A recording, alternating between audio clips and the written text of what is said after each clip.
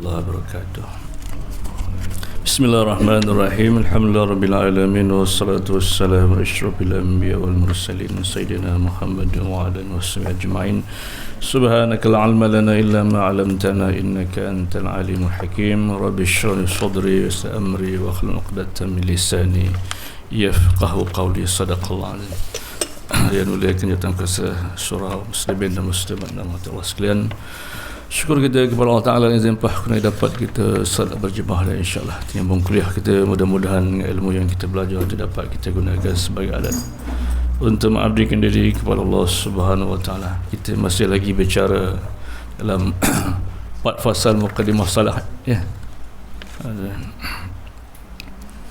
Ada 4 fasal ya. Jadi untuk sembahyang yang sempurna itu tidak boleh tidak mestilah kita mengetahui 4 fasal solat. Bila 4 fasal tu kita belajar, insya-Allah solat yang lain ilmu sakut sembahyang itu sebagai menyempurnakannya. Baik itu bila kita nak sembahyang, kita kena belajar ilmu sembahyang. Begitu juga bila kita nak puasa, kena belajar ilmu puasa. Jangan buat sembahyang begitu juga. Bila sembahyang kena belajar ilmu sembahyang. Ilmu sembahyang tu termasuklah syaratnya, rukunnya, yang batalnya dan sebagainya. Kita tak mahu sebagaimana sabda Nabi sallallahu alaihi wasallam, kami qa'imin, betapa ramai orang sembahyang, laisa lahu min salatihi, yang dapat dari solatnya itu at-ta'ab wan nasab. Orang ramai yang sembahyang penat lelah ya. Pasal apa? Pasal tak belajar ilmu yang bersangkut dengan sembahyang. Begitu juga puasa, bila kita nak puasa, kita mesti belajar ilmu puasa. Supaya puasa kita tidak termasuk kategori yang disabda Nabi sallallahu alaihi wasallam, kam bin sha'imin, betapa ramai orang yang kam bin sha'imin, betapa ramai orang puasa, laisa lahu min siyamihi, hanya dapat dari puasa itu ilal ju' wal atash, dapat lapar dahaga aja. Kalau kita puasa tak belajar ilmu puasa, dapat lapar dahaga. Bila kita sembahyang tak belajar ilmu sembahyang, dapat penat lelah. Jadi rugilah kita. Ini yang digambarkan hampir 1000 tahun yang lepas dari Nabi sallallahu alaihi wasallam. Jadi kita telah bicara kemarin 4 fasal muqaddimah salat. Pasal yang pertama dah selesai, insya-Allah kita pergi pasal yang kedua, ada sikit lagi kan. Pasal yang pertama kita bicara kemarin bab jemaah. Bila sebut sembahyang berjemaah, ada sembahyang beramai-ramai, sembahyang berkumpul, sembahyang berhimpun. Bila berkumpul berhimpun tu ada 2 kategori, ada makmum, ada imam. Ingat lagi nama makmum, nota yang sebagi tak ada ke? Kan dia bagi kan? Tengok. Jadi insya-Allah kita baca kitab juga. Saya kumpul kitab-kitab yang muktabar tu, saya buat satu risalah. Kalau tuan-tuan nak mencari jenuh, jadi saya kumpulkan dalam risalah 4 muka surat ni. Ada dia. Jadi saya sebut jemaah ada 2 kategori, satu makmum, satu imam. Makmum siapa? Yang mengikut dipanggil tabi'. Tu dia, dipanggil yang mengikut ya. Imam dipanggil matbu', yang diikut. Jadi maknanya bila sebut 2 golongan itu, kita kena tahu peranan makmum dan imam. Makmum ada 5 nama kan. Makmum muwaffiq, masbu', musabaqah, musawaqah, muwafaqah. Imam gitu juga ada 3 nama, munfarid, badal dan jadid. Jadi kita dah tahu dah peranan kita. Sebagai contohlah, kalau seseorang itu, sebelum kita nak pergi pasal 2 isi solat, kalau seseorang tu sama dengan perbuatan imam, dari segi bacaannya sama, dari segi perbuatan sama, itu makmum apa namanya? Apa nama? Ada. Sama perbuatannya, buatannya bersama, bacaannya bersama, itu makmum apa nama? Makmum musawaqah namanya. Makmum musawaqah ni makmum yang bersama dengan imam, sama dari segi bacaan, sama dari segi perbuatan. Makmum musawaqah apa hukum? Apa hukum makmum musawaqah? Satu saja, makruh. Maknanya makruh tu dibenci lah. Itu dah. Jadi bila kita sembahyang, kita bawa perkara yang Tuhan benci. Perkara yang Tuhan benci dalam sembahyang 2 kalau kita bawa. Pertama perkara yang makruh, yang kedua perkara yang haram. Sembahyang tu sah, tapi Tuhan benci lah. Itu dah. Kita kena buanglah benci Tuhan tu sebelum kita mati. Jangan sampai mati semedang. Sembahyang pun sembahyang, yang dibenci Tuhan membawa juga. Jadi kita kena hindarkan. Satu golongan lagi contoh. Bila imam tu salah pada kedudukannya, kita makmum apa nama? Sepatutnya ayat awal rakaat yang kedua, tapi imam itu baca rakaat pertama. Kita makmum apa namanya? Kita sebelum pergi pasal 2, kita ulang balik yang pertama. Jangan ngaji mereka tu orang tu ya, ngaji apa? Bulu kasar. Dapat ujung, bangkal lesak. Tak mahu itu. Kita nak ada 2 sekali. Sebab itu ilmu al-fa'ad tu ada 4 cirinya. Pertama tahu, kedua faham, 3 amal, 4 sebar kepada orang. Itulah ilmu manfaat. Ada 4 tu manfaat ilmunya.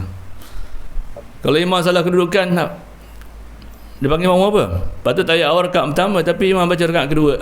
Sepatut ayat awal rakaat kedua kan, tapi imam itu baca rakaat yang pertama. Itu makmum apa namanya? Tadi bersamaan makmum musawaqah. Imam baca, dia baca, imam baca Fatihah, dia baca Fatihah. Sepatut tunggu imam dulu dah selesai Fatihah baru kita baca Fatihah kan. Sunat kita dengar dia dulu, betul kita baca. Ada makmum musabaqah. Musabaqah ialah makmum yang mendulu imam. Jadi mendulu imam apa hukum? Berapa hukum mendulu imam? 3, tahu kan? Haram lagi. Bila wajib mendulu imam? Tak semayang ni mana boleh mendulu imam, tapi ada kalanya perlu mendulu imam. Bila imam salah pada kedudukannya, sepatutnya ayat awal rakaat yang kedua, tapi hari itu imam baca rakaat pertama. Jadi anda jangan pening-pening. Anda sudah menjadi makmum musabaqah. Apa tugas makmum musabaqah? Apa tugas? Dah tahu kita makmum musabaqah apa tugasnya? Mesti tahu pasal 5 nama ni ada peranan masing-masing. Muwafiq, masbuk, makmum muwafiq, masbuk ni saya tak cerita orang dah tahu lama dah. Yang nombor 3 sampai 5 tu orang ramai tak tahu. Bila kita sudah menjadi makmum musabaqah, apa tugas kita? Dah belajar pasal tamir tu ni. Macam mana cerita apa ni? Ya, dalam 5 apa peranannya? Kena bangunlah semua. Sebab tu ayat awal rakaat yang kedua, tapi hari itu imam baca rakaat pertama. Anda kena bangunlah semua. Tak boleh nak tegur-tegur pula subhanallah. Bila tegur batal sembahyang kita. Pasal apa batal? Pasal menegur bukan tempat. Makmum musabaqah mesti menegur di atas, tidak boleh menegur di bawah. Ini pandai negur subhanallah kata. Maka imam bangun. Imam tak batalkan, dia lupa. Yang batal kita.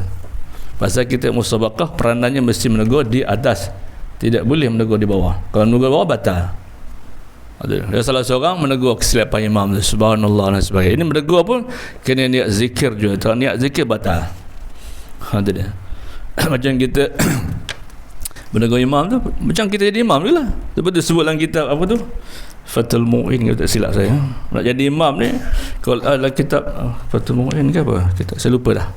Dia kata nak jadi imam ni, sebelum jadi imam tu kalau ikutnya, setiap kali takbir intiqalat wajib zikir dan i'lam, memberitahu kepada makmum.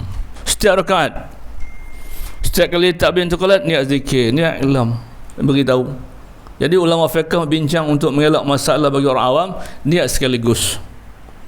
Sebelum takbir ihram, qasad hati tu, ku jaharkan takbir yang pertama, takbir yang berikut zikir semata-mata. Kita takut apa? Pasal orang awam tu rakaat pertama okey ingat, dah kedua dah tak ingat balik. Jadi batal.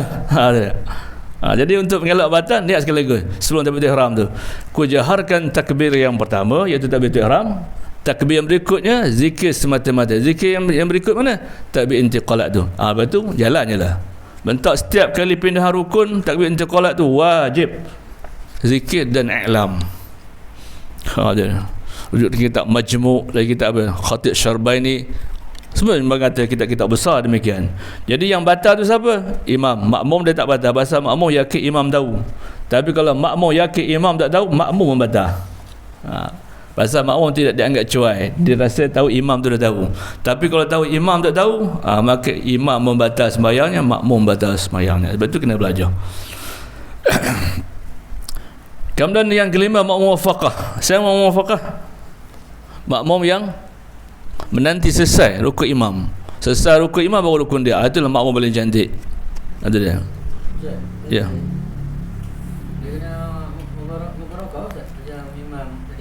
Kita makmum tak payah, kita yakin imam sudah tahu. Jangan kita yakin imam tak tahu. Imam tadi sambung tu dah. Tadi yang macam dia tadi tahiyat awal, dia awal tahiyat yang kedua dia masuk ke rakaat pertama. Jadi imam naik suruh sambung kan. Bila imam tu pasal dia salah kedudukan tadi. Bila dia tegur imam naiklah. Naik baliklah kata. Dia tegur pasal itu bukan tempat dia. Tadi tahiyat kerana terlupa. Bila tegur dia imam, makmum dia naik kata. Kau baca tahiyat tempat yang betul. Sambung balik. Sambung lah. Okey, yang kelima yang paling cantik iaitu makmum muwafaqah, iaitu makmum yang menanti selesai rukuk imam. Rukuk imam dah selesai, baru dia rukun dia. Imam dah rukuk betul, baru dia rukuk. Imam dah i'tidal betul, baru dia i'tidal. Imam dah sujud betul, baru dia sujud. Mana kita tahu imam dah sujud betul? Apa dalilnya imam dah sujud betul baru kita bersujud? Dalam dia belajar tahu lagi tahu macam mana. Selagi imam dai yang tidak mencecah ke sejadah, jangan anda turun. Itulah makmum muwafaqah.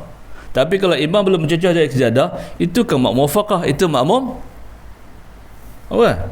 Mustawaqah. Itulah bezanya. Nak tahu imam dah sujud betul, selagi dai tak mencecah ke bumi, jangan turun-turun, berdiri saja. Bila dai sudah mencecah baru turun. Itulah makmum paling cantik. Begitu bila imam dah menyambung rakaat, selagi tak dengar akbar, jangan bangun-bangun. Sebab tu imam tu takbir intiqalat dengan perbuatan serentak supaya makmum tidak keliru. Ni kadang-kadang belum sempurna lagi rukunya, Allah akbar dah habis. Ni mengganggu makmum. Sebab itulah betul syarat menjadi imam sebut dalam kitab Majmu' sana. Ada 7. Tapi nombor 1 nombor sangat penting. Yang pertama, imam mesti qari. Yang kedua, imam mesti faqih, mesti faham hukum fiqh. Kalau tahu hukum fiqh ni masalah, itu dia. Qari maksud betul bacaannya, bukan sedap taranumnya. Betul bacaan tu maksudnya dia kena belajar tajwid lah. Tajwid di segi lugah maksud apa? Baik elok-elokkan kan. Elokkan bacaan. Jadi bacaan yang elok tidak ada jalan lain, mesti belajar tajwid. Itu dia. Tajwid di segi istilah atau syarak maksud apa? Mengeluarkan huruf pada makhrajnya. Itu dia. Dan menunjukkan ke hak dan mustahaknya. Ada haknya, ada mustahaknya. Kalau kita tidak benar hak dan mustahak, menyebabkan ayat Quran ni, ayat bahasa Arab ni, silap makhraj sudah menjadi makna lain. Sebut amin yang kadang-kadang boleh batal solat. Amin tu batal solat.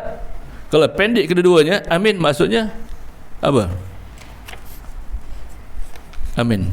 Amin kita. Maknanya ialah aman. Tapi kalau yang kedua kita baca A-nya pendek, min-nya banyak. Amin, dah jujur pula. Tu dia. Kalau yang pertamanya yang pertama itu panjang, amin. Maknanya kita seolah maksud aku mohon perlindungan. Tu dia. Ini masalah yang nak kena baca amin panjang sikit. Kabulkan doa kami. Perkenankanlah doa kami. Begitu Fatihah. Bila silap makhraj, dia akan mengubah makna. Batu ha kecil baca ha besar. Alhamdulillah. Itu sudah mengubah makna. Kalau tak tahu haram, kalau tahu batal. Dia kena baca ha kecil juga, ha pedah tu. Alhamdulillah, segala pujian bagi Allah. Tapi kalau dia baca alhamdulillah, segala kemusnahan bagi Allah. Betul kita baca kha pula. Al-kham, dah lagi makna lagi. Dia akan banyak perkara bila silap makhraj itu dia akan berubah makna. Kalau tak tahu haram, kalau tahu jadi batal, bahkan boleh menyebabkan murtad kerana dia menghina Allah SWT. Rabbil alamin. Patut Rabbil alamin kan? Tapi baca Rabbil alamin. Kalau baca Rabbil alamin, dia baca dengan hamzah, jadi sudah makna Tuhan yang penyakit. Bayangkan. Dia kena baca Rabbil alamin. Sebab itu tajwid penting. Itu dia. Tajwid wajib dalam 3 perkara. Yang pertama nak baca Quran, yang kedua ketika azan, yang ketiga takbiratul ihram. Macam Allah, dah lain makna tu. Kalau huruf alif dia baca mat, sudah lain makna. Bar pun panjang, lain makna. Sebab itulah kena belajar. Jadi imam ada 3 nama: imam munfarid, imam badal, imam jadid. Siapa imam munfarid? Ini pergi pasal 2. Pasal pertama pun tak selesai lagi, macam mana ni? Entah 4 pasal je saya buat, 3 muka surat. Kalau 4 pasal ni tamat, insya-Allah wayang tu cantik lah, sah lagi sempurna. Siapa imam munfarid? Imam yang asal, yang dapat menyempurnakan tugas sampai habis. Munfarid itu seorang laki-laki yang dapat menyempurnakan tugas sampai habis. Kalau subuh 2 rakaat selesai. Tapi dapat 1 rakaat, maka dia bukan imam munfarid, dia boleh jadi imam badal ataupun imam jadid. Siapa imam badal? Ganti. Itu dia. Pasal apa ganti? Pasal imam munfarid tak dapat melesaikan tugas sampai habis. Apa tugas imam badal? Menyambung saja bacaan rukun, perbuatan rukun. Contohnya imam rakaat pertama sempat, rakaat kedua tak sempat, dapat sekerat je Fatihahnya sampai dia contoh rakaat kedua sempat baca Maliki Yaumiddin. Jadi imam badal sambung mana yang tak sudah tu. Kena sambung iyyaka na'budu wa iyyaka nasta'in sampai waladhdallin. Lepas tu imam badal kena baca sekali lagi Fatihah untuk dirinya. Yang pertama Fatihah imam pertama tak selesai, yang kedua Fatihah untuk dirinya.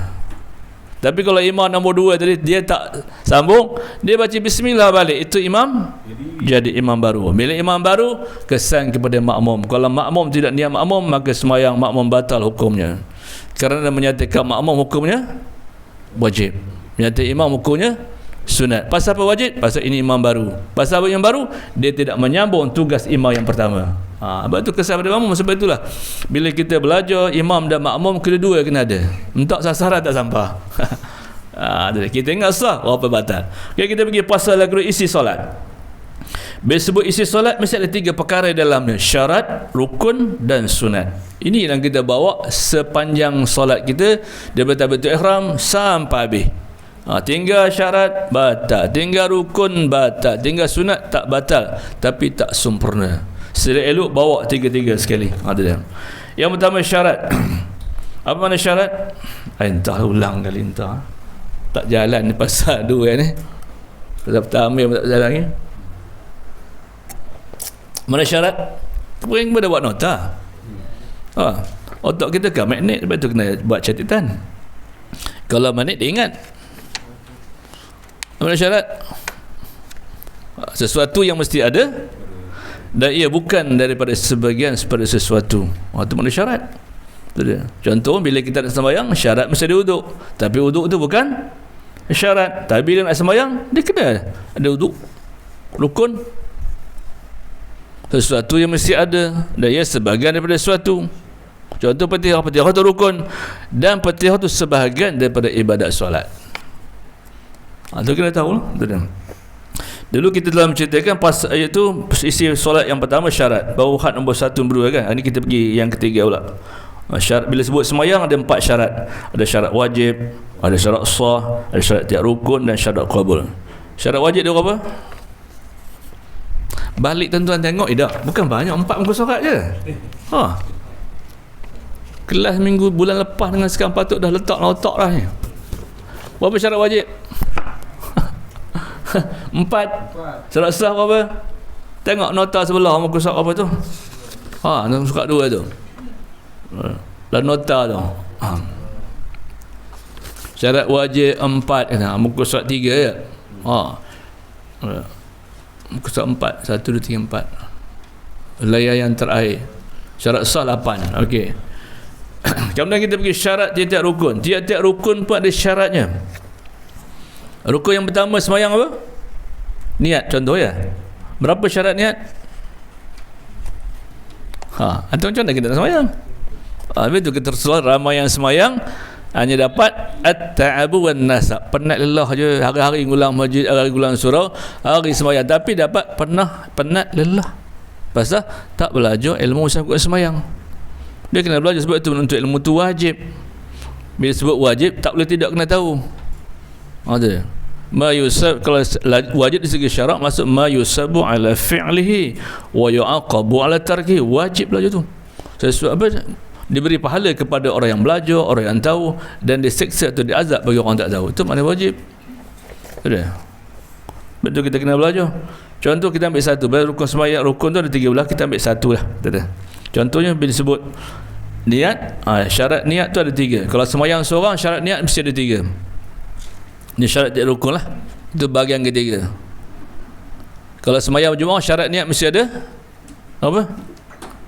Kalau sembahyang seorang, syarat niat mesti ada 3. Kalau sembahyang jemaah, syarat niat mesti ada 4. Itu beza. Kalau sembahyang seorang, syarat niat 3. Qasad, ta'arat, ta'yin. Ta'arat, qasad saja aku sembahyang. Ta'arat sebut perdunya. Ta'yin sebut nama sembahyang dalam takbiratul ihram tu. Kalau sembahyang jemaah, tambah satu syarat lagi. Ta'yin nafsi. Nyatakan awak tu sebagai makmum. Kalau sepanjang rakaat tidak menyatakan makmum, sembahyang anda batal.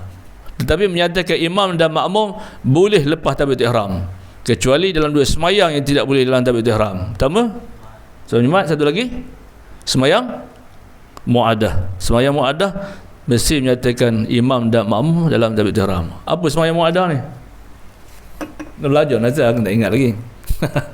Sembahyang muaddah sembahyang apa? Sembahyang yang diulangi. Awak dah sembahyang seorang subuh, tutup datang lagi seorang atau 3 orang. Sunat join sekali lagi untuk sembahyang kali kedua. Tapi mengulang tu sunat, tapi niat tetap wajib juga, tak rukun tetap. tetap menyatakan takrad juga.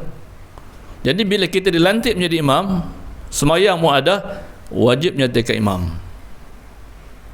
Tetapi kalau kita tidak dilantik menjadi imam, kita wajib menyatakan makmum saja. Begitu sembahyang Jumaat. Dalam dua solat inilah yang wajib menyatakan imam dan makmum dalam takbiratul ihram. Tapi selain sembahyang dua itu, boleh menyatakan imam dan makmum selepas takbiratul ihram. Contoh kita jadi imam, menyatakan imam sunat kan, tapi dapat pada jemaah qasad di mana-mana anda teringat. Begitu menyatakan makmum, hukumnya wajib, tapi rakaat pertama lupa, wajib segera menyatakan makmum dalam rakaat yang anda ingat itu. Tidak boleh berlengah-lengah, wajib segera. Jangan nanti imam dah rukuk baru nak mengatakan makmum. Dia mesti teringat saja, qasad hati aku makmum. Kalau tidak sembahyang batal. Okey, yang keempat syarat qabul. Syarat qabul ni syarat terima. Tu dia.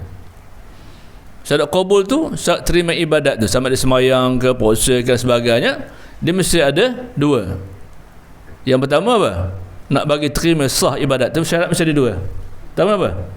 Mesti ada ilmu. Yang kedua mesti ikhlas. Kedua-dua ni berganding. Orang yang nak ibadatnya supaya diterima, yang pertama dia kena tahu ilmu yang dia ibadatnya itu. Yang kedua mesti ikhlas.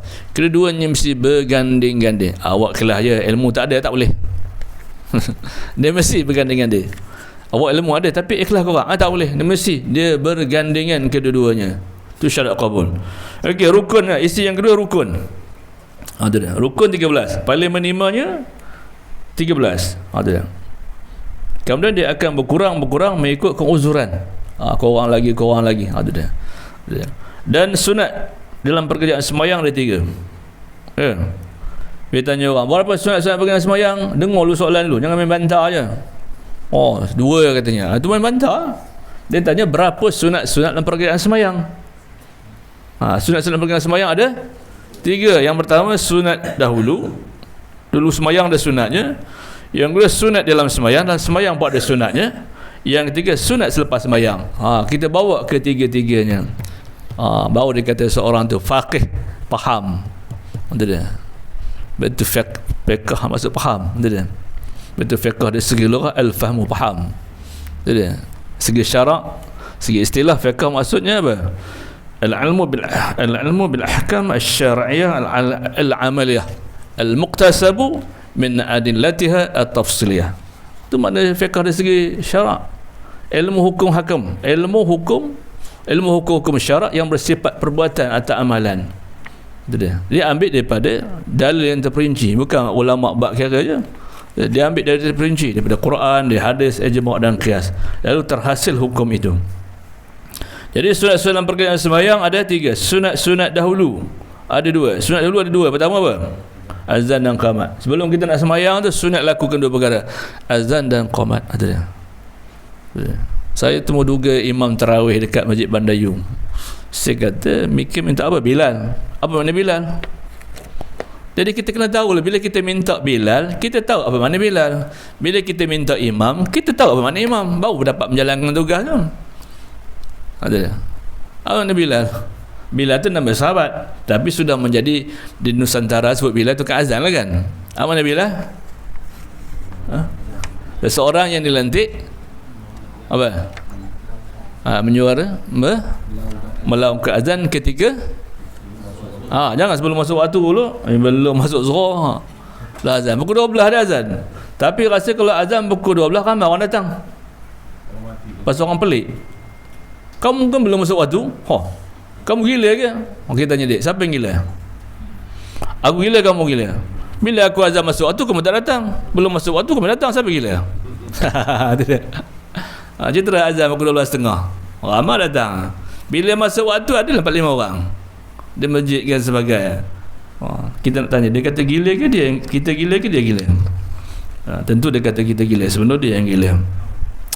Kerana sunat-sunat dalam sembahyang ada berapa? 2, abad dan hay'ah. Berapa sunat abad? 8 atau 6. Lagi? Sunat hay'ah ada berapa? Tulis nota depan tu, sunat abad 6 atau 8. 6 bermasuk, 8 bermasuk. Dia. Boleh sedikit 6, boleh banyak 8. Itu adalah benda-benda yang khilaf, itu tak masalah. Yang penting kita tahu. Sunat hay'ah ada berapa? Dah semayang? Sunat haid berapa?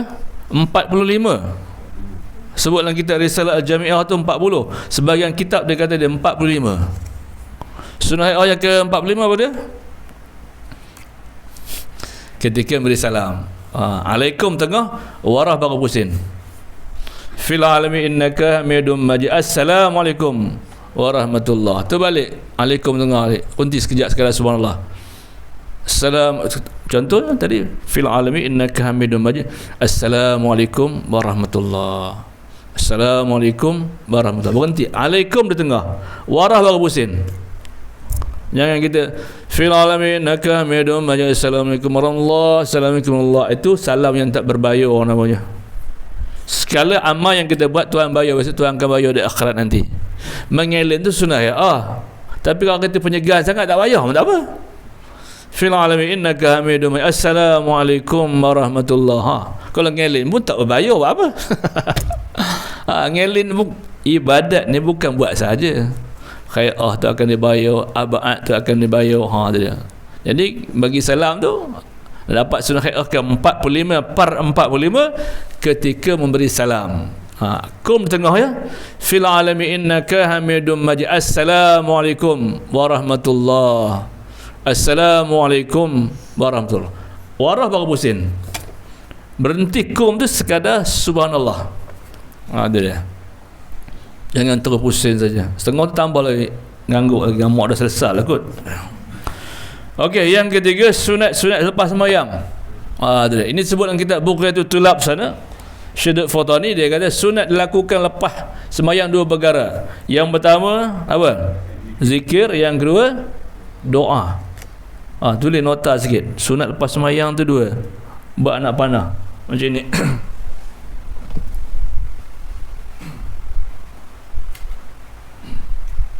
Sunat lepas sembahyang kan? Lepas solat. Dua.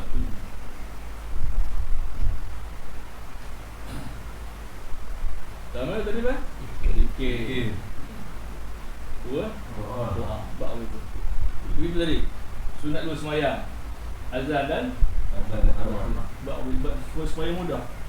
Nanti tak ingat benda yang tadi tu. Kena otak kita bukan ingat. Hari ni ingat, bulan depan tanya dah balik lupa. Tu dia. Dia yang tak lupa duit je. Betul tak? Dia kena kalau biru RM1. Hijau RM5. Hijau tua dia ingat. Lain semua. Mana sifat manusia tu tu dia. Dia lebih banyak mengingat benda yang nak tinggal daripada mikir benda yang nak bawa. Kalau benda nak tinggal cukup ingat betul dia. Tapi benda bawa dia lupa saja. Okey, sekarang kita pergi pula. Yang ketiga tadi sunat lepas sembahyang zikir doa. Maksudnya bukanlah nak panjang sangat. Kalau saya buat sekadar yang mampu kan. Contoh lepas sembahyang sekurang-kurangnya dapat istighfar pun jadi. Kalau masa sibuk sangat kan, tu baca Fatihah sekali angkat doa. Tidak. Lepas sembahyang lincit, lepas sembahyang lincit. Tahu lincit? Assalamualaikum warahmatullahi wabarakatuh. Assalamualaikum. Udah lincit, dah buka tudung lari. Ini aksesori ni. Zikir dan doa tu aksesori. Kalau tak boleh panjang, bacalah doa pendek, zikir pendek. Tu dia. Begitu doa, tak dapat doa panjang, baca doa pendek. Maksudnya adalah sikit. Lepas je salam tu ada zikir-zikir, maksud ingat. Ingat apa? Ingatlah istighfar tengah sembahyang tadi, banyak benda dia ingat kan. Jadi istighfar lah. Sebab itu istighfar ni jangan jadi istighfar adat. Bila kita istighfar, bayang rakaat yang kita sembahyang tadi. Orang mau suruh beli nasi lemak yang lupa abang, lepas khuslu yang subuh nasi lemak 3 bungkus, kata cana 4. Itu istighfar tu. Istighfar ibadat, bukan adat. Itu yang dia ulama hiasi lepas solat tu. Sudah. Bila istighfar lepas sembahyang tu, bayang rakaat tadi apa yang awak ingat. Bila sembahyang patut ingat Allah kan, tapi ingat juga ciptaannya. Dia. Bila Tuhan kata dalam Quran, aqimis salah ala zikri. Sendiri sembahyang ingat aku, tapi orang mau suruh beli nasi lemak pun ingat juga lagi. Orang mau suruh beli nasi lemak lah, lebih suruh beli roti canai lah, ingat. Itu dia kata hakikat yang sebenar. Tapi bila ingat benda lain, itu baru bodak baru nak solat. Itu dia. Itu baru nak solat. Hakikat sebenar tak ada ingat dunia lagi dah. Itu dia. Betul, bila kita sembahyang kita kena bawa 3 kha. Kha yang pertama khusyuk, kha yang kedua khudur, kha yang ketiga Apa? Hudur. Itu dia. Khusyuk, hudur, khudu'. 3 benda itu dia sama mesti kata. Saya nak cerita pasal ini pun tak apa tahu lagi. Cerita ini dulu. Apa itu khusyuk, apa itu hudur, apa itu khudu'. Itu siri akan datang. Jadi mana bila sebut solat, semayang, dalam semayang tak ada 3 sunatnya. Sunat dahulu, sunat di dalam, sunat selepas. Sunat dulu azan dan qamat, sunat selepasnya abad dan khai'ah, dan sunat yang ketiga sunat selepas solat, iaitu zikir dan doa. Itu dia. Itu di antara itulah yang dikatakan isi solat. Jadi bila ditanya orang, saya sebutkan isi, kamu semayang hari ke? Ya, saya sebut isinya. Oh, entah, ada semayang apa? Isinya 3 lah, syarat, rukun, sunat. Tak ada syarat, batal. Tak ada rukun, batal. Itu dia. Tak ada sunat, sembahyang tak batal tapi sah. Okey. Kalau kita pergi pasal 3, itu dia. 3 ibadat dalam solat. Bila kita sembahyang ada 3 kojanya. Tadi isinya 3. Sudah dapat isinya, ada kojanya pula. Kojanya ada 3. Ada. Yang pertama dipanggil ibadat hati, dipanggil ibadat al-qalbu, ibadat hati. Yang kedua dipanggil ibadat al-lisanu, ibadat lisan. Yang ketiga dipanggil ibadat al-jawarih. Jadi bila kita semayang tu 3 koja ni kenalah kita betul-betulkan. Jadi yang pertama dipanggil ibadat hati. Ibadat hati ni ada 2, atau ibadat qalbu ni ada 2. Yang pertama niat, yang kedua memahami bacaan. Jadi kalau dapat kedua-dua ibadat ni, ibadat hati kedua-dua mesti berjalan. Bukan sekadar niat, tetapi yang kedua memahami bacaan-bacaan tu. Tujuan apa? Kita nak bagi hati supaya tidak ingat luar sembahyang. Kalau tak ingat makna dia, ingat keluar lah. Bismillahirrahmanirrahim. Ni 3 orang menuri. Mana nak pergi? Alhamdulillah Rabbil Alamin. Ngomong siapa tu nak pergi? Ini dia merayau.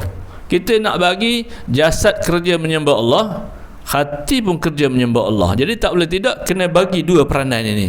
Kerja hati itu ada 2. Yang pertama niat, yang kedua memahami apa yang kita baca. Supaya bila kita sebut, hati menterjemahkan apa yang kita baca. Contoh Bismillahirrahmanirrahim. Hati dah ada kerja dah. Dengan nama Allah, ya amat murah lagi amat mengesani. Alhamdulillah Rabbil Alamin, itu kerja lidah kan. Hati kata segala pujian bagi Tuhan segala Allah. Disebut Ar-Rahmanir-Rahim, itu kerja lidah kan. Kerja hati, ya amat murah lagi amat mengisani. Jadi maksudnya kedua-dua kerja hati ni berperanan.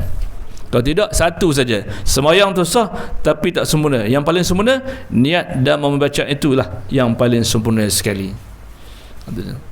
Ibadat niat ni ada 2 kategori. Ada ibadat yang berkendak pada niat, ada ibadat tidak berkendak pada niat. Ibadat yang berkendak kepada niat dipanggil ibadat bizzati namanya. Ibadat yang tidak berkendak kepada niat, tidak berkendak pada niat, dipanggil ibadat li ghairihi, yang lain daripada itu. Ibadat bizzati ialah ibadat yang khusus. Setiap ibadat yang fardu wajib berniat di dalamnya.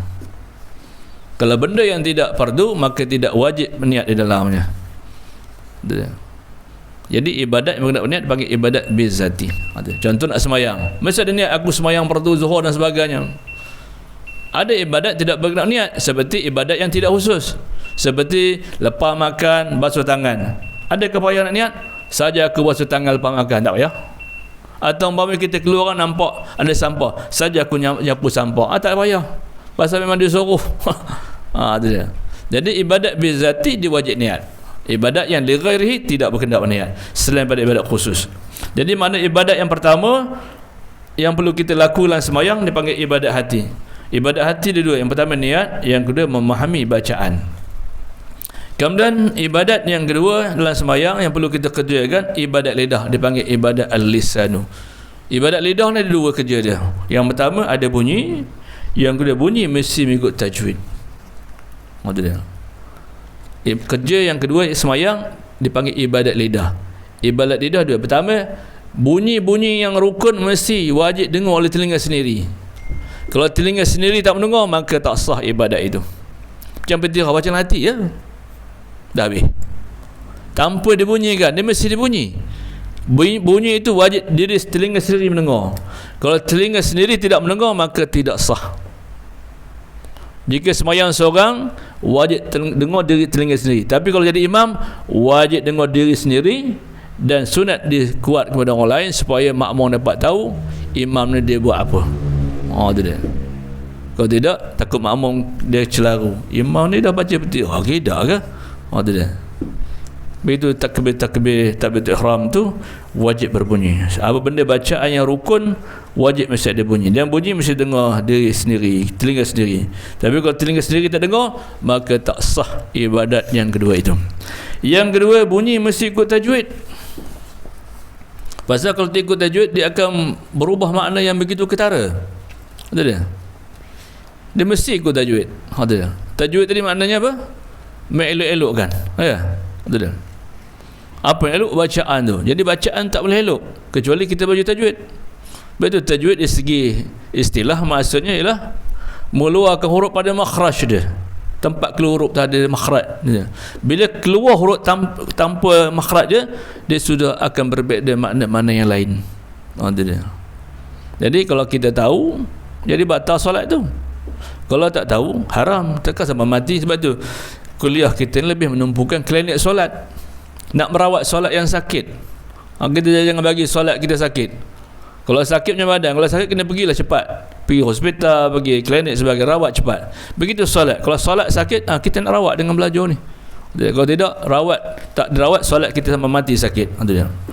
Yang kedua, bunyi mesti ikut tajwid.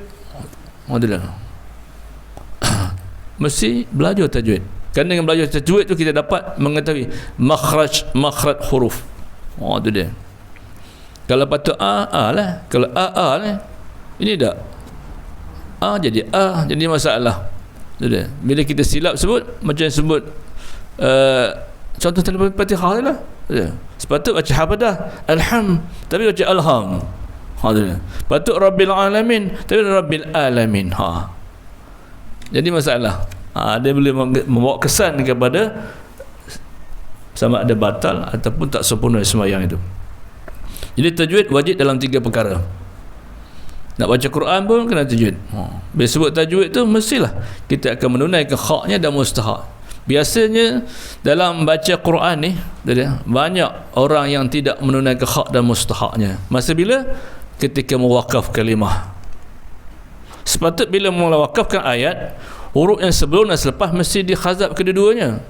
Mesti dimati kedua, tapi banyak memati ke huruf yang pertama tapi tidak memati ke huruf yang kedua. Tengok bulan Ramadan esok, orang baca surah Al-Qadar, inna zalnahu fi lailatul qadr wa ma adraka ma lailatul qadr. Itu tidak menunaikan hak dan mustahaknya. Sepatutnya lepas dal tadi huruf ra kan, sepatutnya tunaikan haknya. Dal pun ada hak dia, ra pun ada hak dia. Patut mesti mati kan kedua-duanya. Tapi kita baca inna zalnahu fi lailatul qadr wa ma adraka ma lailatul qadr, maka sudah tidak menunaikan hak dan mustahaknya. Dia menunaikan hak dal saja tapi tidak menunaikan hak ra. Patut bila kita nak wakaf, huruf sebelum, qabla wa ba'da, sebelum selepas mesti dikhazaf, dimati keduanya. Masuk huruf dal kena mati, huruf ra kena mati. Inna zalnahu fi lailatul qadr wa ma adraka ma lailatul qadr. Dah mati, ra mati. Ni sedap. Min kulli min sudah ada. Kha ra mana bagi? Patut mesti baca min kulli amr. Salamun hi hatta matla'il fajr. Kha jim sudah ada. Ra? Ni banyak-banyak bodoh habis ni. Saya galak-gali bagi tahu. Bukan sekadar hafalan saja, kena belajar ilmu-ilmu yang bersangkut dengan Al-Quran itu. Nombor ilmu Al-Quran nombor 5 tajwid. Tapi itu tajwid pun tak lepas. Tapi ilmu Quran itu ada 4 asasnya. Ilmu nahwu kena belajar, ilmu saraf kena belajar, ilmu fasahah kena belajar, ilmu balaghah. Itu ilmu yang asas. Tajwid itu nombor 5. Tapi nombor 5 pun tak lepas. Itu dia. Jadi tak boleh tidak kena belajar. Itu dia. Jadi tajwid mesti belajar 3 keadaan, dalam 3 perkara wajib belajar. Baca Quran, 3 azan, satu lagi takbiratul ihram. Pasal dia akan mula merubah makna yang begitu ketara. Itu dia. Saya tengok tu selalu orang baca surah An-Nazalna. Surah pendek, ambil surah pendek. Iza jaa nasrullahi wal fath. hak ta dia buat, tapi huruf ha dah tak buat. Sepatutnya kedua-dua tak ada haknya, ta pada haknya, ha pada haknya. Wal fath ni sedap. Wastaghfir, ra ada haknya, yang ha patut baca wastaghfir. Betul. Imam nak qori maksudnya betul bacaan, bukan dia sedap bacaan. Kadang-kadang dia bawa je harkah lah, taranum macam-macam, qurdi lah, sedap kemain, tapi fail dalam bab mewaqaf kalimah. Ada. Kita sebagai makmum kalau tahu hukum wajib mufaraqah, tak tahu tak apalah, pasal salah sebutan itu. Kemudian yang ketiga, ibadat yang perlu kita lakukan dalam solat. Apa dah? Boleh tunggu sekali lagi? Ibadat yang kita dipanggil ibadat anggota atau dipanggil ibadat al-jawarih. Bila kita semayang, anggota pun ada ibadatnya. Itu dia. Yang ibadat anggota ada dua. Yang pertama melibat pergerakan. Ini jadi masalah. Dalam pergerakan ramai yang menyebabkan batal solatnya. Ada. Pergerakan semayang dua, satu pergerakan yang berat, satu pergerakan yang ringan. Pergerakan berat seperti 3 kali berturut. Contoh semayang, siapa yang goyang kita tak tahulah. Ini pergerakan berat ni. Dia buat tak tahu je. Atau ke depan belakang kan? Tengok. Depan belakang, depan belakang, depan belakang. Setengah tu tak ada depan belakang kan? Baca-baca pula. Bismillahirrahmanirrahim. Ngangguk saja. Dia suruh baca, kau tengok. Ini perbuatan gasar ni. Tapi kalau dia sebab tak apalah. Ustaz, saya kalau tak ngangguk, tak keluar Fatihah, tak apalah. Itu ada musyaqqah kesukaran. Bila ada musyaqqah, ketika itu tak apa. Itu dia. Saya lagi tak ngangguk, Fatihah tak keluar. Tak apalah. Ya kan, nyanyi tak payah ngangguk. Boleh. Bila ada uzur, mufu anhu, dimaafkan. Kemudian, ibadat anggota yang kedua ialah perbuatan. Setiap kali pindah rukun tu, perbuatannya kena ikut syarak. Kalau rukuk tu macam mana? 2 tapak tangan megang 2 kepala lutut kan, contohnya. Kemudian kalau tak ada uzur, punggung dengan kepala sama paras. Tapi kalau uzur tak apalah. Jadi perbuatan-perbuatan rukun itu mesti ikut syarak. Begitu sujud, dah. Tapak tangan di atas lantai, siku naikkan. Tapi tu orang tu tapak tangan di atas, siku pun di atas lantai. Itu dia. Jadi mana kena belajar. Jadi perbuatan yang bersangkut dengan anggota ada dua. Pergerakan, ada pergerakan berat, 3 kali berturut batal. Yang kedua perbuatan. Jadi pergerakan yang ringan dimaafkan. Perbuatan ringan ada 5 jenis. Perbuatan ringan dimaafkan ketika salat. Menggerakkan biji mata. Imam baca surah lambat kerana tengok atas, tengok bawah. Ini perbuatan ringan. Itu dia. Atau lidah, macam orang dah tua tak ada gigi, saja jolok-joloknya lidah, macam ngunyak. Kan? Betul dia. Lepas tu ada 2 pada laki-laki, ada 1 pada lelaki, 1 perempuan. Itu kita cerita lain cerita. Itu dia. Salah satu yang nombor 5 nya jari. Jari dia tidak termasuk perbuatan yang kasar. Kalau gatal, cut saja. Walau berkali-kali. Tapi jangan buat apa ni? Kalau dia gerak ke ujung jari dengan 2 siku, itu termasuk perbuatan berat. Entahlah. Dia 3 kali tu ya. 1, 2, 3 ni lebih 3 kali lagi tak habis garu itulah. Lekat je. Ataupun semua gerak kopi tak apa. Sebab tak belajar, apa sembahyang kita batal. Dan insya-Allah kita sambung yang terakhir esok. Pasal yang terakhir, solat yang sah lagi sempurna. Ini pun selalu imam kena tahu, makmum pun kena tahu. Sama ada sembahyang seorang atau sembahyang berjemaah. Itu pasal yang terakhir. Solat yang sah lagi sempurna mesti 3 perkara dalamnya. Yang pertama 7 perkara nak dibawa, 7 perkara nak dibuang, 2 perkara dikekalkan. Itu pasal pas Syawal esok. Ya, lepas raya ya. Maksudnya lama 2 bulan lagi kot. Pasal orang Melayu ni puasa sebulan, raya pun sebulan. Saya tak ulang balik, entahlah mangkau awak. Tinggal sebulan pun dah lupa.